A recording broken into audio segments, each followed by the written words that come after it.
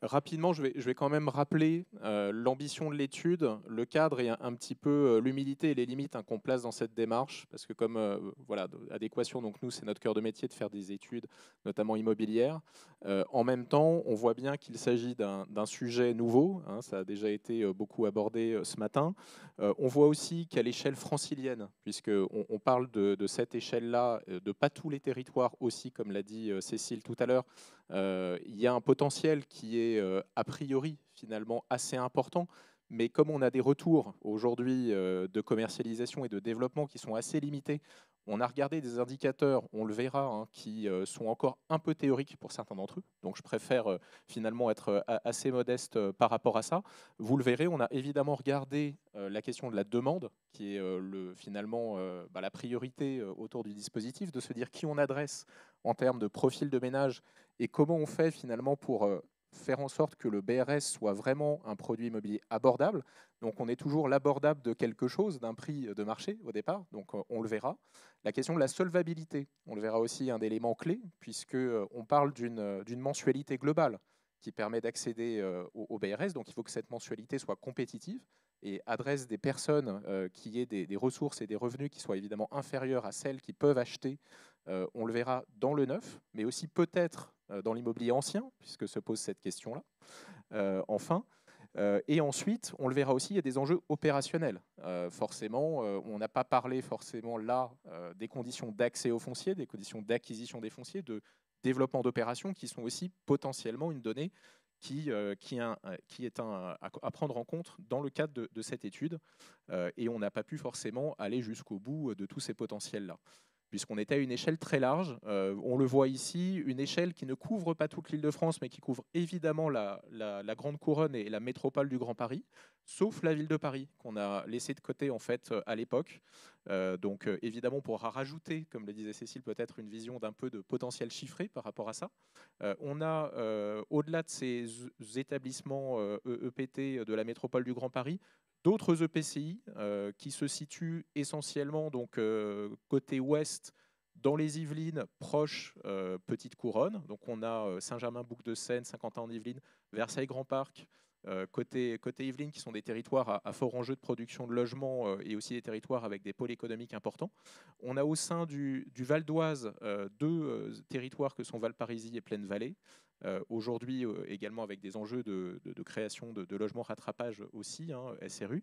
On a Marne-la-Vallée et on a évidemment le plateau de Saclay et Cœur d'Essonne qui ont été considérés, puisqu'on est sur des territoires de très grands projets, notamment pour le plateau de Saclay, avec une donnée d'entrée qui était de se dire, finalement, on va regarder en priorité des secteurs où les prix de marché dans le neuf sont supérieurs à 4 500 € du mètre carré habitable, qui était un ratio qu'on avait pris comme donnée d'entrée.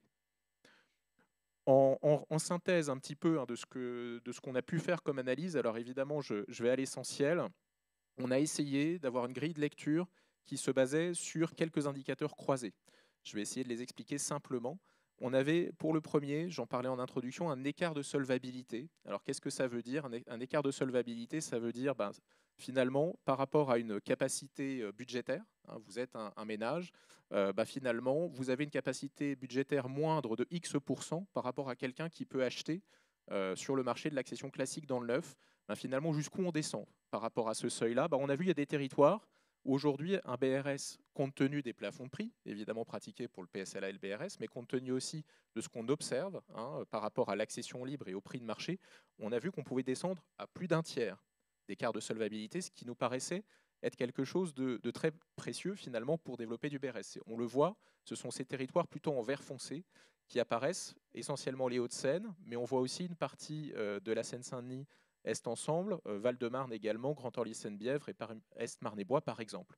Avec aussi dans ces mêmes territoires des prix moyens qui sont systématiquement supérieurs à 5 000 €, voire beaucoup plus, hein, évidemment, à certains endroits, et des revenus cibles pour le BRS où on est entre 2 et 4 SMIC à peu près par ménage sur la cible d'acquéreur. Donc on a finalement un croisement un petit peu d'intérêt entre des cotes de prix, hein, capacité d'adresser des solvabilités largement inférieures, et enfin une profondeur de cible puisqu'entre 2 et 4 SMIC, ça couvre quand même pas mal de monde et de déciles qui est importante.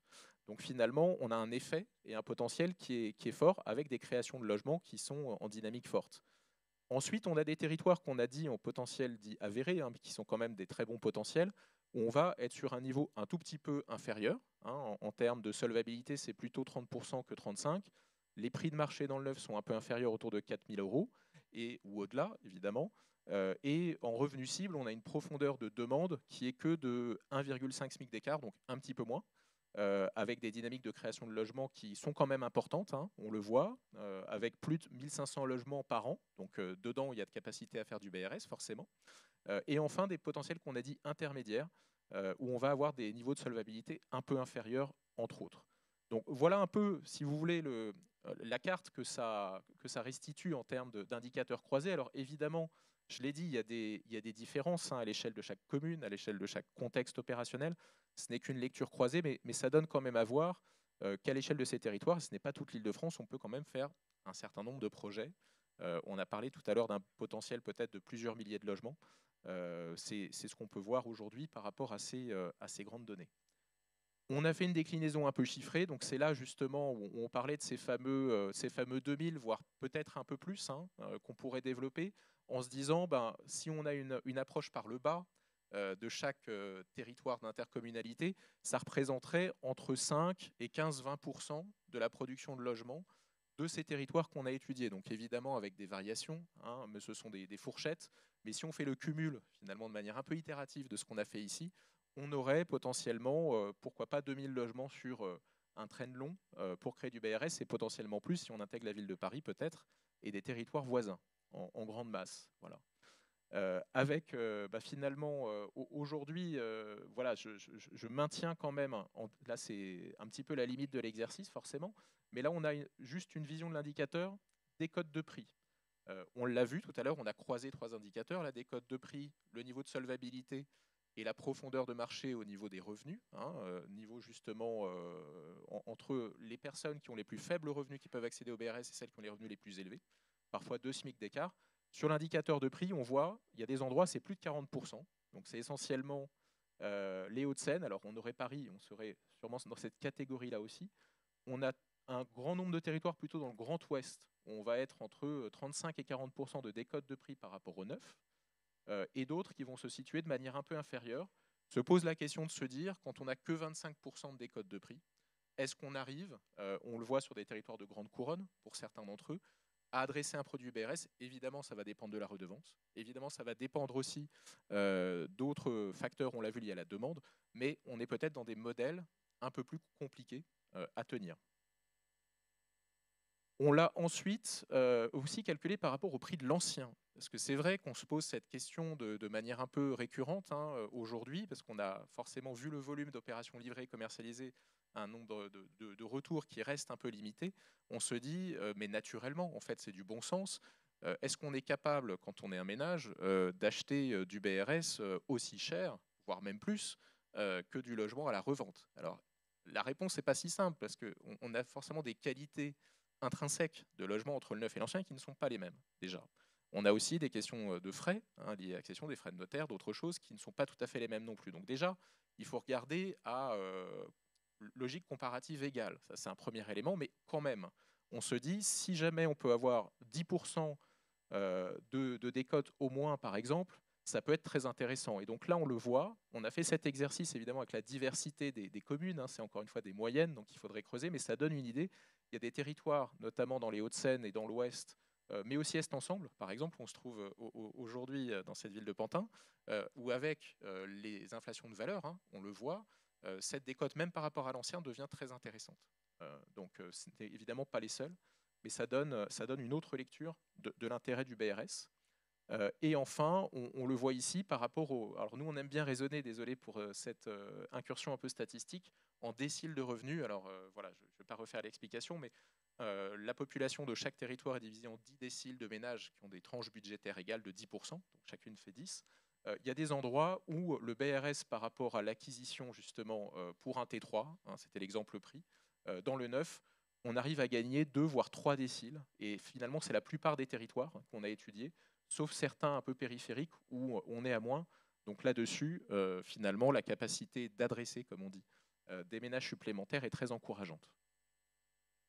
Voilà un petit peu la synthèse de cette étude. Alors avec ce classement-là, évidemment, on a eu un petit prisme pour synthétiser tout ça, et je m'en arrêterai là, avec des marchés qui étaient aujourd'hui dans la logique porteuse, hein, alimentés, c'est-à-dire avec beaucoup de production de logements et des valeurs qui sont élevées. Alors dans la première couronne parisienne, on a un certain nombre d'EPT qui répondent à cette dynamique parce qu'il y a des secteurs aménagés, parce qu'il y a des dynamiques parfois aussi de NPNRU ou de renouvellement, hein, urbain, parce qu'il y a des dynamiques dans le diffus qui sont importantes. Donc on a une diversité de production de logements qui est là, qui permet finalement de se dire, ben, ces secteurs-là, le potentiel du BRS, il nous apparaît comme naturellement très fort, parce que du coup, palette d'offres et logique de diversification, hein, d'accès, de parcours résidentiel et de prix qui augmentent, donc avec cette décote. Des secteurs où finalement on a peut-être des volumes aussi de logements un peu moindres, mais qui restent des marchés de pénurie, donc très chers. Donc là aussi très intéressant, même si les volumes peut-être à créer, parce que l'accès au foncier est compliqué, hein, aussi, finalement ne sera peut-être pas le plus important. Et puis des marchés où on a peut-être moins de volume aussi, mais avec des niveaux d'intérêt assez variés. Donc on a eu aussi ce prisme un petit peu pour exprimer la diversité forcément dans les prismes de lecture par rapport à cette capacité de développer du BRS. Avec, pour terminer, finalement, si on devait retenir quelque chose, c'est qu'il y a trois dimensions, hein, de notre point de vue, encore une fois, à avoir en tête pour développer du BRS. Il y a évidemment la dimension marché, j'en ai là longuement parlé, avec, on l'a dit, hein, cette question de concurrence, cette question aussi de demande et d'attractivité. On a quand même la question partenariale qui a été évoquée ce matin et qui n'est pas encore évidemment complètement allée au bout des débats sur la question de l'acceptabilité politique. Je ne vais pas y revenir, mais évidemment de la mobilisation des différents acteurs. On en parlera tout à l'heure, mais on voit les aménageurs, hein, sont des acteurs clés aussi aujourd'hui en Île-de-France, encore une fois, pour développer aussi et faciliter le développement, hein, on en reparlera après. Les collectivités, évidemment, hein, ça a déjà été dit, mais aussi les opérateurs dans leur diversité, avec cette logique de ne pas aboutir à de la concurrence finalement qui soit un petit peu déplacée pour les ménages, parce que l'intérêt est derrière en tout finalement celui des ménages. Donc cette question-là partenariale est très forte. Et puis la question des dynamiques territoriales et de projets est aussi très importante parce qu'on a, au-delà du développement résidentiel, du développement économique. On l'a vu, le BRS sert aussi, pas que évidemment, à des personnes qui sont dans une situation de rester pas très loin de leur emploi aussi, de garder un logement dans une commune ou accéder au logement dans des communes où ils ont besoin finalement d'habiter. Et donc cette question de vision territoriale est évidemment nécessaire avec toutes ces conditions de succès finalement par rapport aussi à des logiques de grands projets, hein, qu'il ne faut pas oublier, qui vont mailler encore notre territoire francilien pendant les prochaines années.